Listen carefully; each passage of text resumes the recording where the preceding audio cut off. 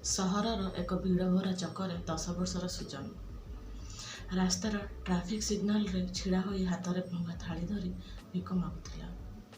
କାରଣ ତା ରୋଗିଣା ବାପାର ଚିକିତ୍ସା କରିବାକୁ ଚାହୁଁଥିଲା, ତାଙ୍କୁ ସୁସ୍ଥ ରଖିବାକୁ ଚାହୁଁଥିଲା। କିନ୍ତୁ କିଛି ଲୋକ ଗାଳି ଦେଉଥିଲେ ତ କିଛି ଲୋକ 1 ଟଙ୍କା କରି ତା ଥାଳିରେ ଦେଇ ଯାଉଥିଲେ। କ'ଣ ସେତିକି ପଇସାରେ ସୁଜନଙ୍କ ବାପାଙ୍କର ଚିକିତ୍ସା ହୋଇପାରିବ? ସୁଜନର ଭବିଷ୍ୟତ କ'ଣ ହେବ? ଆସନ୍ତୁ ଶୁଣିବା ଏମିତି ଏକ କାହାଣୀ। କାହାଣୀଟିକୁ ଶେଷ ପର୍ଯ୍ୟନ୍ତ ଶୁଣନ୍ତୁ, ନିଶ୍ଚୟ ଆପଣ କିଛି ଶିଖିବାକୁ ପାଇବେ। ନମସ୍କାର। ସରସ୍ୱତୀ ଷ୍ଟୋରି କ୍ରିଏସନ୍ ଚ୍ୟାନେଲରେ ମୁଁ ସରସ୍ୱତୀ ଆପଣମାନଙ୍କୁ ସ୍ୱାଗତ କରୁଛି ଆଉ ଏକ ନୂଆ କାହାଣୀରେ। କାହାଣୀଟିକୁ ଶେଷ ପର୍ଯ୍ୟନ୍ତ ଶୁଣନ୍ତୁ। ଭଲ ଲାଗିଲେ ଲାଇକ୍, ସେୟାର, ସବସ୍କ୍ରାଇବ୍ କରିବେ। ଆପଣଙ୍କ ମତାମତ କମେଣ୍ଟ ମାଧ୍ୟମରେ ଜଣାଇବେ। ଏବେ ଚାଲନ୍ତୁ ଆରମ୍ଭ କରିବା ଆଜିର କାହାଣୀ। ଗୋଟିଏ ଛୋଟ ପିଲାର ଦୁନିଆ କେତେ ବଡ଼ ହୋଇଥାଏ। ଯେତିକି ତା ମାଆର ପଣତ କାନି ଆଉ ବାପାର କୋଳ ସେତିକି ହୋଇଥାଏ। କିନ୍ତୁ କ'ଣ ହେବ ଯଦି ସେହି ଦୁନିଆରେ ରୋଗ ଏକାପଣର ଗ୍ରହଣ ଲାଗିଯାଏ?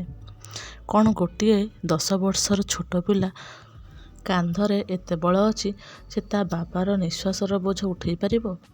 ଏ କାହାଣୀ ହେଉଛି ସୁଜନର, ଗୋଟେ ଏମିତି ପିଲାର ଯାହା ହାତରୁ ଖେଳନା ଛଡ଼େଇ ନେଇ ଭିକର ଥାଳି ସମୟ ଧରେଇ ଦେଲା।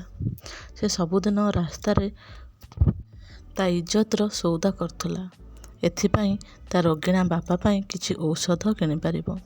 କିନ୍ତୁ ତାକୁ ଜଣା ନଥିଲା ସେ ଯେଉଁ ଅନ୍ଧାର ପାହାଡ଼ ଉପରକୁ ଯାଉଛି, ସେ ଅନ୍ଧାର ଭିତରେ ତାର ଏକ ସୂର୍ଯ୍ୟର ଆଲୋକ ପରି ଅପେକ୍ଷା କରି ବସିଛି, ଯାହା ତାର ସାରା ଦୁନିଆକୁ ଆଲୋକ କରିଦେବ। ଆସନ୍ତୁ ଜାଣିବା ଏ ଛୋଟ ପିଲାର ଆଖିରେ ରଙ୍ଗବେରଙ୍ଗର ଦୁନିଆକୁ ଦେଖିବା। ଜାଣିବା କେମିତି ଏ ଚମତ୍କାର ଭିକର ଥାଳିକୁ ଫୋପାଡ଼ି ଗୋଟେ ସୁନ୍ଦର ଭବିଷ୍ୟତ ଗଢ଼ିଦେଲା। କଟକ ସ୍ୱପ୍ନର ସହର। ସେହି ସହରରେ କିଛି ଭଲ ଭିତରେ ଲୁଚି ରହିଛି ଅନେକ କଥା। ଏଠି ସ୍ୱପ୍ନ ଦେଖିବାକୁ ବି କିଛି ଦବାକୁ ପଡ଼େ। ସହରରେ ଗୋଟେ କୋଣରେ ଭଙ୍ଗାରୁଜା କୁଡ଼ିଆରେ ରହୁଥିଲେ 10 ବର୍ଷର ସୁଜନ। ଏ କୁଡ଼ିଆରେ କେତେବେଳେ ବର୍ଷାର ପାଣିରେ ନଈ ବଢ଼ି ହୋଇଯାଏ ତ କେତେବେଳେ ପବନ ଅଳ୍ପ କିଛି ଉଡ଼େଇ ନେଇଯାଏ। ଘରର କାନ୍ଥ ବାହାରେ ଦୋହଲେଇ ଦିଏ। ସୁଜନ ପାଇଁ ଏ ହେଉଛି ତା ଘର, ତା ମହଲ। ଆଉ ଏ ମହଲର ରାଜା ଥିଲେ ବାବୁଜୀ ରାମଲାଲ। ରାମଲାଲଙ୍କୁ 40 ବର୍ଷର। କେବେ ସେ ବହୁତ ମଜବୁତ ହସମୁଖର ଲୋକ ଥିଲେ। ସେ ସହରର ବଡ଼ କାଠ ମିସ୍ତ୍ରୀ ଥିଲେ। ଯେମିତି ତାଙ୍କ ହାତରେ ଯାଦୁ ଥିଲା। ସେ କାଠ ଖଣ୍ଡ ଭିତରେ ଜୀବନ ଦେଇ ଦେଉଥିଲେ। କିନ୍ତୁ କିଛି ବର୍ଷ ହେଲାଣି କାଠର ଧୂଳି, କେମିକାଲ ପଲିସ ତାଙ୍କ ଦେହକୁ ଦୁର୍ବଳ କରିଦେଇଥିଲା। ଏବେ ସେ ଯେମିତି ଗୋଟେ ଭଙ୍ଗା ଖେଳନା ପରି ଗୋଟେ ଜାଗାରେ ପଡ଼ି ରହୁଥିଲେ। ନିଶ୍ୱାସ ତ ଠିକରେ ନେଇ ପାରୁନଥିଲେ, ଆଉ ପ୍ରତି ନିଶ୍ୱାସରେ ତାଙ୍କୁ କାଶ ହେଉଥିଲା। ସେ କାଶ ବହୁତ କଷ୍ଟଦାୟୀ ଥିଲା। ଏସବୁ ଦେଖି ସୁଜନ ମନ ହୃଦୟ ଯେମିତି ଚିରି ହେଇଯାଉଥିଲା। ସୁଜନର ମା ସୁଜନ ଯେତେବେଳେ ଛୋଟ ହୋଇଥିଲେ ସେତେବେଳେ ସେ ଭଗବାନଙ୍କ ପାଖକୁ ଚାଲି ଯାଇଥିଲେ। ସେଠାରୁ ରାମଲାଲ ବାପ ମା 2 ଜଣଙ୍କ ସ୍ନେହ ଦେଇ ବଢ଼େଇଥିଲେ ସୁଜନଙ୍କୁ। ରାମଲାଲ ସୁଜନକୁ କୌଣସି ଜିନିଷରେ ଅଭାବ ରଖିନଥିଲେ। ଆଉ ଏବେ ଯେତେବେଳେ ସୁଜନକୁ ତା ବାପାର ଅଧିକ ଜରୁରୀ ଅଛି, ସେତେବେଳେ ରୋଗରେ ପଡ଼ିଛନ୍ତି। ସରକାରୀ ଡାକ୍ତରଖାନାରୁ ଔଷଧ ତ ମିଳିଯାଉଛି, କିନ୍ତୁ ଡାକ୍ତର କହିଥିଲେ ଯଦି ୟାଙ୍କୁ ଭଲ ଖାଇବା ସବୁଦିନ ମିଳିବ ଆଉ କିଛି ଦାମିକିଆ ଔଷଧ ଦିଆଯାଏ, ତେବେ ୟାଙ୍କ ଦେହ ଭଲ ହୋଇଯାଇପାରେ। ଭଲ ଖାଇବା, ଦାମିକିଆ ଔଷଧ ଯେମିତି ସୁଜନ ଦୁନିଆରେ ହିଁ ନଥିଲା। ଘରେ ଯାହା କିଛି ସଞ୍ଚୟ କରି ରଖିଥିବା ପଇସା ମଧ୍ୟ ସରିଗଲାଣି। ରାମଲାଲ ଯେଉଁ ଠିକାଦାର ପାଖରେ କାମ କରୁଥିଲେ, ସେ ବି ରୋଗ ଜାଣି ପଇସା ଦେବାକୁ ମନା କରିଦେଇଥିଲା। ଘରେ ଖାଇବାକୁ କିଛି ନଥାଏ। କୋଉ ଦିନ ବାପ ପୁଅ କେବଳ ପାଣି ପିଇ ଶୋଇଯାଉଥିଲେ। ସୁଜନ ତା ବାପାଙ୍କୁ ଏମିତି ରୋଗର କଷ୍ଟରେ ପାଇବାର ଦେଖି କାନ୍ଦି ପକାଉଥିଲା। ସେ ଏବେ ବି ଛୋଟ ପିଲା ଥିଲା, କିନ୍ତୁ ତା ଭିତରେ ଗୋଟେ ବଡ଼ ଲୋକ ପରି ହୋଇଯାଇଥିଲା। ସେ ମନରେ ନିଷ୍ପତ୍ତି ନେଲା ତା ବାପାଙ୍କୁ ଏମିତି ମରିଯିବାକୁ ଦେବନି। ସେ କାମ କରିବ, କିନ୍ତୁ 10 ବର୍ଷର ପିଲାକୁ କିଏ କାମ ଦେବ? ସେ ବହୁତ ଚା' ଦୋକାନକୁ ଗଲା, ଢାବାକୁ ଗଲା, କିନ୍ତୁ ବୁଆଡ଼ୁ ତାକୁ ଗାଳି ଦେଇକି ବିଦା କରିଦେଲେ। ଗୋଟେ ଦିନ ସନ୍ଧ୍ୟାରେ ହତାଶ ହୋଇ ଘରକୁ ଫେରୁଥିଲା। ସେ ଗୋଟେ ମନ୍ଦିର ପାଖରେ କିଛି ଭିକାରୀଙ୍କୁ ଦେଖିଲା। ଲୋକେ ଆସୁଛନ୍ତି, ତାଙ୍କ ଥାଳିରେ ପଇସା ଦେଇ ଦେଇ ଯାଉଛନ୍ତି। ସୁଜନ ସେଠି ଠିଆ ହୋଇ ଦେଖିଲା ଓ ଛୋଟ ବୁଦ୍ଧିରେ ଭୟାନକ ଭାବନା ଆସିଲା। ଭିକ ଏକ ଶବ୍ଦ ଶୁଣିକି ତା ବାପାଙ୍କ କଥା ମନେ ପଡ଼ିଗଲା। ପୁଅ ମରିଯିବୁ କିନ୍ତୁ କାହାକୁ ମାଗିବୁନି। ଆମ ଗରିବ, ଆମର ଦୁର୍ବଳ, କିନ୍ତୁ ଆମ ଇଜ୍ଜତ ଅମର। ତାଙ୍କ କଥା ସୁଜନ ମନରେ ଭାବିଲା। କାନ୍ଦି ପକାଇଲା। ନା, ଏ ପାପ ସେ କରିପାରିବନି। କିନ୍ତୁ ପୁଣି ତା ବାପାଙ୍କର କାଶୁଥିବା ଦୁର୍ବଳ ଶରୀର ମନକୁ ଆସିଲା। ଡାକ୍ତରଙ୍କ କଥା ତା ମନରେ ଶୁଭିଲା। ଯଦି ୟାଙ୍କୁ ଭଲ ଖାଦ୍ୟ ନ ମିଳିବ ତେବେ ବଞ୍ଚିପାରିବେନି। ସେଦିନ ରାତିରେ ସୁଜନ ଆତ୍ମାର ଭୟାନକ ଯୁଦ୍ଧ ଲଢ଼ିଲା। ଗୋଟେ ଦେଇଥିବା ତା ବାପାଙ୍କର ସଂସ୍କାର, ଆଉ ଗୋଟେ ତା ବାପାଙ୍କର ଜୀବନ ଥିଲା। କିନ୍ତୁ ଗୋଟେ ପୁଅର ତା ବାପ ସ୍ନେହ ଜିତିଗଲା। ସେ ନିଷ୍ପତ୍ତି ନେଲା ସେ ସେଇଠି ଭିକ ମାଗିବ। ଏ କଥା ତା ବାପାଙ୍କୁ କେବେ ସେ କହିବନି ବୋଲି ଭାବିଲା। ତା ପରଦିନ ସକାଳ ଜଲ୍ଦି ଉଠିଗଲା। ସେ ତା ବାପାଙ୍କୁ କହିଲା, ବାପା, ପାଖରେ ଜଣେ ମାଲିକ ମୋତେ ଦୋକାନରେ ଛୋଟ ମୋଟ କାମ ପାଇଁ ରଖିଛନ୍ତି। ମୋତେ ସେଇଠି ସବୁଦିନ 50 ଟଙ୍କା ଦେବେ। ରାମଲାଲଙ୍କ ଦୁର୍ବଳ ଆଖିରେ ଯେମିତି ଚମକ ଆସିଗଲା। ସେ ତାଙ୍କ ପୁଅର ମୁଣ୍ଡରେ ହାତ ରଖି କହି, ସାବାସ୍ ମୋ ରାଜା ପୁଅ। କିନ୍ତୁ ପୁଅ, କାମ ପରିଶ୍ରମ ଆଉ ସଚଟପଣିଆରେ କରିବୁ। କାହାର ଗୋଟେ ପଇସା ଚୋରି କରି ଆଣିବୁନି। ସୁଜନ କାନ୍ଦି ମନରେ ମୁଣ୍ଡ ହଲାଇଲା। ଘରରୁ ବାହାରିଗଲା। ସେ କୋଉ ଦୋକାନକୁ ନ ଯାଇ ସହରର ସବୁଠାରୁ ବଡ଼ ଟ୍ରାଫିକ ସିଗ୍ନାଲରେ ଆସିକି ରହୁଥିଲା। ସେ ତାର ଛୋଟ ହାତ ଆଗକୁ ବଢ଼ାଇଲା। ତା ପାଟିରୁ କଥା ବାହାରୁ ନଥାଏ। ତାର ପୁରା ଦେହ ଡରରେ ଥରୁଥାଏ। ଆଖିରୁ ଲୁହ ବାହାରୁଥାଏ। ଗାଡ଼ିର ଆଇନା ବି ଦିଆ ହୋଇଥାଏ। ତା ଭିତରେ ପଶିଥିବା ବଡ଼ ଲୋକ ଏମିତି ତାକୁ ଦେଖୁଥାନ୍ତି ଯେମିତି ଗୋଟେ ଅସନା ପୋକଜୋକ ଭଳି। କିଏ କିଛି ଦେଉନଥାନ୍ତି ତ କିଏ ଘୃଣାରେ ଦେଖୁଥାଏ। ଯେତେବେଳେ ସିଗ୍ନାଲ ଗ୍ରୀନ୍ ହୋଇଗଲା, ଗାଡ଼ି ଆଗକୁ ଆଗ ଚାଲିଲା। ଘଣ୍ଟା ଘଣ୍ଟା ବିତିଗଲା। କିନ୍ତୁ ଏବେ ବି ହାତ ଖାଲି ସୁଜନର। ମନ ଭାଙ୍ଗିବାକୁ ଲାଗିଲାଣି। ଠିକ୍ ସେତିକିବେଳେ ଗୋଟେ ଅଟୋ ଆସି ରହିଲା। ସେଥିରେ ବସିଥିବା ଜଣେ ବୁଢ଼ୀମା ଦେଖିଲେ। ସେ ତାଙ୍କୁ ପର୍ସରୁ 5 ଟଙ୍କା ବାହାର କରି ସୁଜନଙ୍କ ହାତରେ ରଖିଦେଲେ। ଆଉ କହିଲେ, କିଛି ଖାଇନେବୁ। ସେ 5 ଟଙ୍କା ସୁଜନ ହାତରେ ଜଳୁଥିବାର ନିଆଁ ପରି ଲାଗୁଥିଲା। ସେ ତାର ପ୍ରଥମ ଭିକ ଥିଲା। ପ୍ରଥମ ରୋଜଗାର ଥିଲା। ତାପରେ ସୁଜନ ଚିଲେଇକି କାନ୍ଦି ପକାଇଲା। ସେ ଦିନ ଭରି ସୁଜନର ସୁଧୁରିଗଲା। ସେ ସବୁଦିନ ସକାଳେ କାମକୁ ଯାଉଛି ବୋଲି ନାଟକ କରି ବାହାରି ଆସେ। ଦିନ ସାରା ଅଲଗା ଅଲଗା ସିଗ୍ନାଲରେ ଆଉ ମନ୍ଦିରରେ ଭିକ ମାଗୁଥିଲା। ଖରାରେ ସିଝି ଯାଉଥିଲା। ବର୍ଷାରେ ଓଦା ହୋଇଯାଉଥିଲା। ଲୋକମାନେ ବିରକ୍ତି ହୁଅନ୍ତି, ଗାଳି ଦିଅନ୍ତି, ଧକ୍କା ମାରନ୍ତି, ବିଦା କରି ଦିଅନ୍ତି। ସେ କିନ୍ତୁ ସବୁ କିଛି ସହିଯାଉଥିଲା। ସନ୍ଧ୍ୟାରେ ଯେତେବେଳେ ଘରକୁ ଆସୁଥିଲା, ତା ଦିନ ଭରି ରୋଜଗାରରୁ ତା ବାପାଙ୍କ ପାଇଁ ଫଳ, ଔଷଧ ଆଣୁଥିଲା। ଆଉ ନିଜ ପାଇଁ କିଛି କିଣୁନଥିଲା। ଯାହା କିଛି ପଇସା ବଞ୍ଚୁଥିଲା ତାକୁ ଗୋଟେ ପୁରୁଣା ଡବାରେ ସଞ୍ଚୟ କରି ରଖିଦେଉଥିଲା। କାରଣ ଗୋଟେ ଦିନ ତା ବାପାଙ୍କର ଗୋଟେ ବଡ଼ ଡାକ୍ତରଙ୍କ ପାଖରେ ଚିକିତ୍ସା କରାଇବ ବୋଲି। ତା ବାପାଙ୍କ ସାଙ୍ଗରେ ହସି ହସି କଥା ହେଉଥିଲା। କାନ୍ଦୁଥିଲା। ମୋ ମାଲିକ କେତେ ଭଲ। ମୋ ପାଇଁ ବହୁତ ଧ୍ୟାନ ରଖୁଛନ୍ତି।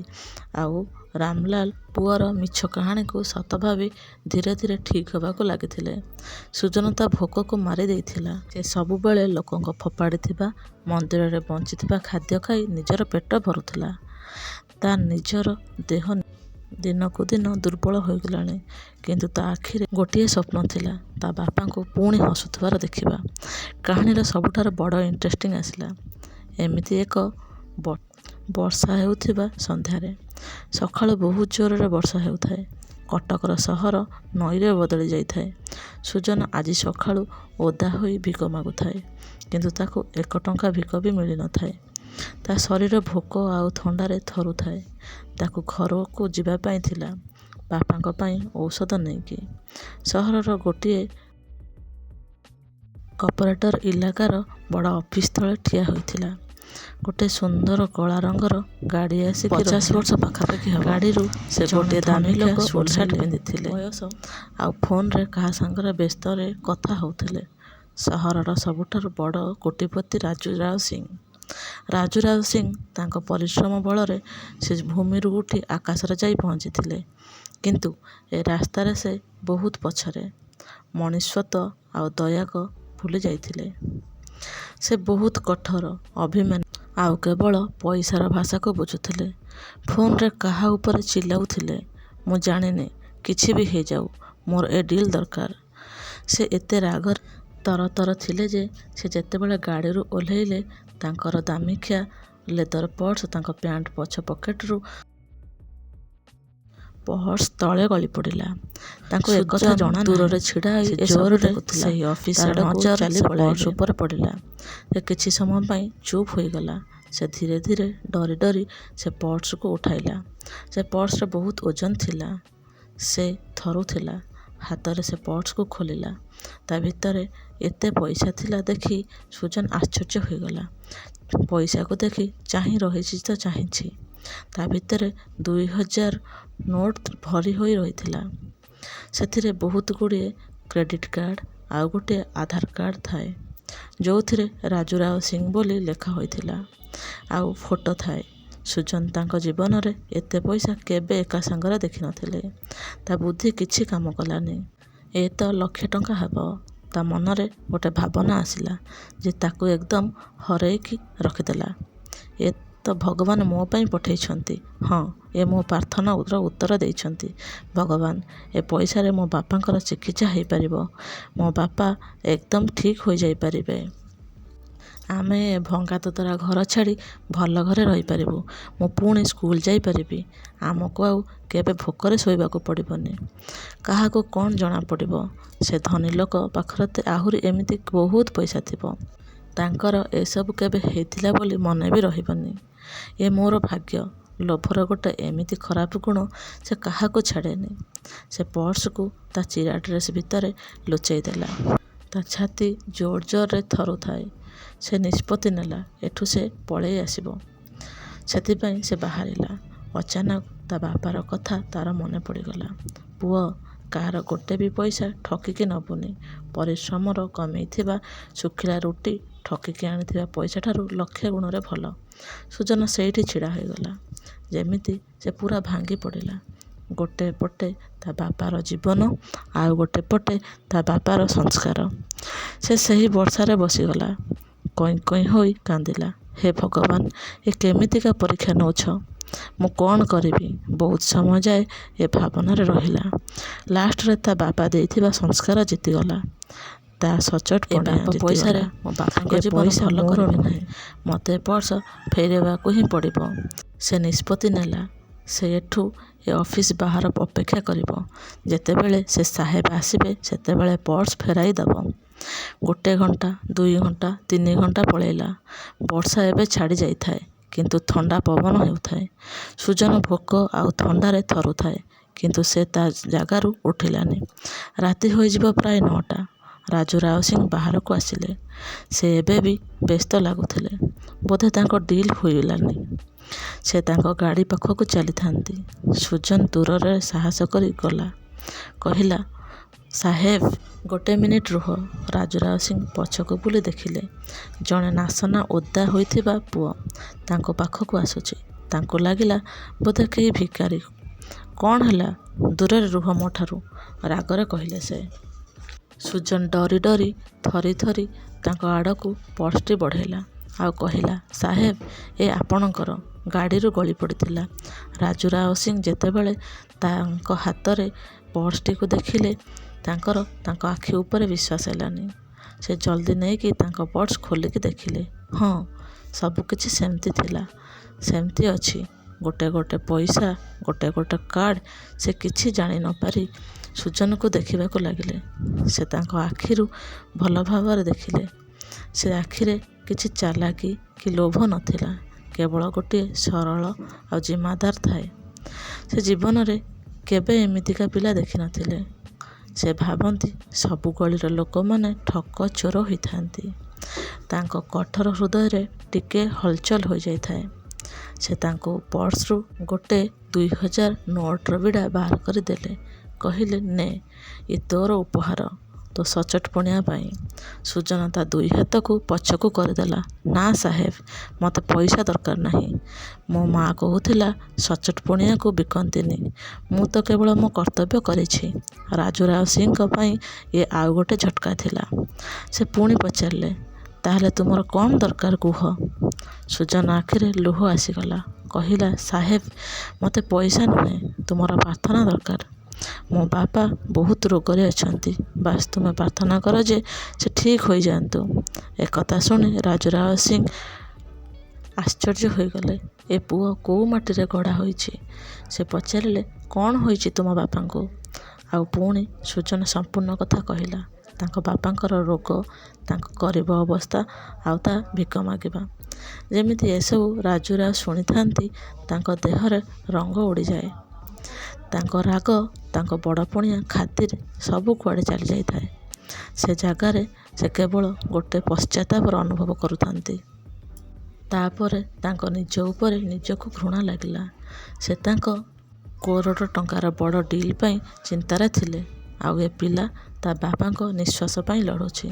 ସେ ସମସ୍ତଙ୍କୁ ସନ୍ଦେହ ନଜରରେ ଦେଖନ୍ତି, ଆଉ ଏ ପୁଅ ଲକ୍ଷ ଲକ୍ଷ ଟଙ୍କା ଫେରାଇ ଦେଉଛି କେବଳ ପ୍ରାର୍ଥନା ପାଇଁ। ସେ ସେତେବେଳେ ସୁଜନକୁ ଗୋଟିଏ କଥା ପଚାରିଲେ, ଯାହା କାହାଣୀକୁ ଏକଦମ ବଦଳାଇ ଦେଲା। ସେ ପଚାରିଲେ, ପୁଅ, ତୁମ ବାପାଙ୍କ ନାମ କ'ଣ? ଆଉ ସେ କ'ଣ କରୁଥିଲେ? ହଁ, ତାଙ୍କ ନାମ ରାମଲାଲ ବଢ଼େଇ। ସେ କାଠ କାମ କରୁଥିଲେ। ଏକଥା ଶୁଣି ରାଜୁରାଓ ସିଂଙ୍କ ଛାତିରେ ଯେମିତି କିଏ ହାତୁଡ଼ିରେ ପିଟିଦେଲା ପରି ଲାଗିଲା। ତାଙ୍କର 20 ବର୍ଷର ପୁରୁଣା କଥା ମନେ ପଡ଼ିଗଲା। 20 ବର୍ଷ ତଳେ ଯେତେବେଳେ ରାଜୁରାଓ ସିଂ ଛୋଟ କଣ୍ଟ୍ରାକ୍ଟର ଥିଲେ, ତାଙ୍କର ପ୍ରଥମ କନଷ୍ଟ୍ରକ୍ସନ ସାଇଟ୍ରେ କାମ କରୁଥିଲେ, ସେତେବେଳେ ଗୋଟେ ବଡ଼ ଦୁର୍ଘଟଣା ହୋଇଥିଲା। ଗୋଟେ ଓଜନିଆ ଲୁହା ପଡ଼ିଯାଉଥିଲା। ଠିକ୍ ତା ତଳେ ଛିଡ଼ା ହୋଇଥିଲେ ସେ। ତାଙ୍କ ମୃତ୍ୟୁକୁ ସେ ତାଙ୍କ ଆଖିରେ ଦେଖିଥିଲେ। ସେତେବେଳେ ଜଣେ କମ୍ ବୟସର ବଢ଼େଇ ମିସ୍ତ୍ରୀ ପାଖରେ କାମ କରୁଥିଲା। ସେ ତା ଜୀବନକୁ ବାଜି ଲଗେଇ ଦୌଡ଼ି ଆସିଲା। ତାଙ୍କୁ ଧକ୍କା ଦେଇ ଗୋଟେ ପାଖକୁ ଠେଲିଦେଲା। ଓଜନିଆ ଲୁହା ତଳେ ପଡ଼ିଗଲା। ରାଜୁରାଓ ସିଂ ତ ବଞ୍ଚିଗଲେ, କିନ୍ତୁ ସେ ବଢ଼େଇ ମିସ୍ତ୍ରୀର ଗୋଟେ ହାତ ଛେଚି ହୋଇଗଲା। ସେହି ଦୁର୍ଘଟଣା ପରେ ରାଜୁରାଓ ସିଂ ଗୋଟେ ସପ୍ତାହ ହସ୍ପିଟାଲରେ ରହିଲେ।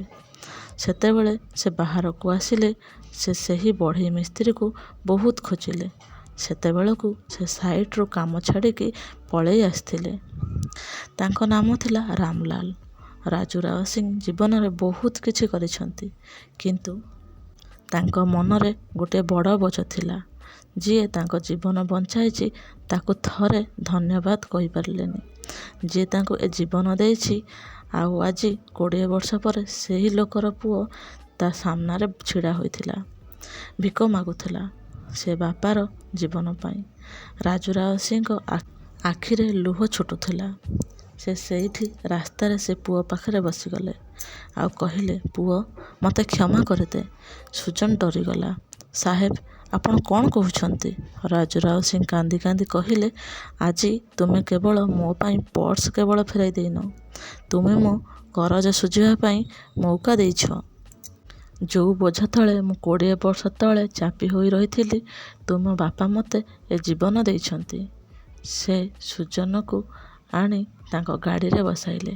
କହିଲେ, ଚାଲ, ତୁମ ବାପାଙ୍କ ପାଖକୁ ମୋତେ ନେଇ ଚାଲ। ଯେତେବେଳେ ତାଙ୍କ ଦାମିକିଆ ଗାଡ଼ି ନାସନା ଅନ୍ଧାର ରାସ୍ତାରେ ଯାଇ ଛୋଟ ଘରେ ପହଞ୍ଚିଲା, ସେତେବେଳେ ରାଜୁରାଓ ସିଂ ରାମଲାଲଙ୍କୁ ହୃଦୟରୁ ଭାଙ୍ଗି ପଡ଼ିଥିବାର ଦେଖି ନିଜକୁ ଅଟକାଇ ପାରିଲେନି। ତାଙ୍କ ପାଦ ତଳେ ଯାଇ ବସି ପଡ଼ିଲେ। କହିଲେ, ରାମଲାଲ, ମୋତେ ତୁମେ ଚିହ୍ନି ପାରୁଛ? ମୁଁ ରାଜୁରାଓ। ରାମଲାଲ ତାଙ୍କୁ ଜାଲ ଜାଲୁଆ ହୋଇ ଆଖିରେ ଦେଖିଲେ। ତାଙ୍କର ଏ ଚେହେରା ମନେ ପଡ଼ିଗଲା। ରାଜୁରାଓ କାନ୍ଦିକି କହିଲେ, ମୋତେ କ୍ଷମା କରିଦିଅ। ମୁଁ ତୁମକୁ ଖୋଜି ଖୋଜି ଥକି ପଡ଼ିଥିଲି, ଆଉ ତୁମେ ଏମିତି ଅବସ୍ଥାରେ। ସେହି ଦିନର ରାତିରେ ରାମଲାଲଙ୍କୁ ସେହି ଭଙ୍ଗା ଛୋଟ ଘରୁ ବାହାର କରି ସହରର ସବୁଠାରୁ ବଡ଼ ହସ୍ପିଟାଲର VIP ରୁମରେ ଭର୍ତ୍ତି କଲେ। ଦେଶର ସବୁଠାରୁ ବଡ଼ ଡାକ୍ତର ତାଙ୍କ ସେବାରେ ଲାଗି ପଡ଼ିଲେ। ରାଜୁରାଓ ସିଂ ସୁଜନଙ୍କ ମୁଣ୍ଡ ଉପରେ ହାତ ରଖିଲେ, ଆଉ କହିଲେ, ପୁଅ, ଆଜିଠାରୁ ତୁମ ବାପାଙ୍କର ଚିକିତ୍ସା ପାଇଁ ସବୁ ଦାୟିତ୍ୱ ମୋର, ଆଉ ତୁମର ବି। ଆଜିଠାରୁ ତୁମେ ଆଉ ଭିକ ମାଗିବନି, ତୁମେ ପାଠ ପଢ଼ିବ। ସେ ସୁଜନର ସହରର ସବୁଠାରୁ ବଡ଼ ଇଣ୍ଟରନ୍ୟାସନାଲ ସ୍କୁଲରେ ଆଡ଼ମିସନ୍ କରିଦେଲେ। ସେମାନେ ସେ ଭଙ୍ଗା ଘର କୁଡ଼ିଆ ଛାଡ଼ି ବଡ଼ ସୁନ୍ଦର ଫ୍ଲାଟରେ ରହିବାର ବ୍ୟବସ୍ଥା କରିଦେଲେ। ସେ ସୁଜନକୁ କହିଲେ, ତୁମ ବାପା ମୋ ଜୀବନ ବଞ୍ଚାଇଥିଲେ, ମୁଁ ତୁମକୁ ଗୋଟେ ଭବିଷ୍ୟତ ଦେବି। ଆଜିଠାରୁ ତୁମେ ମୋର ପୁଅ। ରାମଲାଲଙ୍କ ଅପରେସନ୍ ସଫଳ ହେଲା। ସେ କିଛି ମାସ ଭିତରେ ଏକଦମ ଠିକ୍ ହୋଇଗଲେ। ରାଜୁରାଓ ସିଂ ତାଙ୍କ କମ୍ପାନୀରେ କାଠର ସବୁ କାମର ହେଡ୍ ବନେଇଦେଲେ। ଆଉ ସୁଜନ ପାଠପଢ଼ାରେ ଦିନରାତି ଏକ କରିଦେଲା।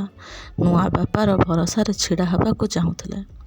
ଗୋଟେ ସାଧାରଣ ପିଲା କାଲି ପର୍ଯ୍ୟନ୍ତ ରାସ୍ତାରେ ଭିକ ମାଗୁଥିଲା। ଆଜି ସେ ଗୋଟେ ଧନୀ ମାଲିକ। ଏସବୁ କେବଳ ସମ୍ଭବ ହୋଇଥିଲା ଗୋଟେ ଫେରାଇଥିବା ପଇସା ପର୍ସ ପାଇଁ ଆଉ ଗୋଟେ ଏମିତି କର୍ଜ ପାଇଁ, ଯାହାକୁ ଭାଗ୍ୟରେ 20 ବର୍ଷ ପରେ ଗୋଟେ ଏମିତି ଭାବରେ ଶୁଝିବା ପାଇଁ ମୌକା ମିଳିଲା। ଏ କାହାଣୀ ଆମକୁ ଏହା ଶିଖାଉଛି ଯେ ଯଦି ଆମେ ଛୋଟ ଉପକାର ଠିକ୍ ସମୟରେ କରିଥିବା ତାହେଲେ ତାହା ଗୋଟେ ବଡ଼ ବୃକ୍ଷ ହୋଇପାରିବ। ଜଣା ନାହିଁ ତା କେତେ ପିଢ଼ି ପର୍ଯ୍ୟନ୍ତ ଆମକୁ ଛାଇ ଦେଉଥିବ। କିନ୍ତୁ ମଣିଷର ସଚଟପଣିଆକୁ କେହି କେବେ କିଣିପାରେନି।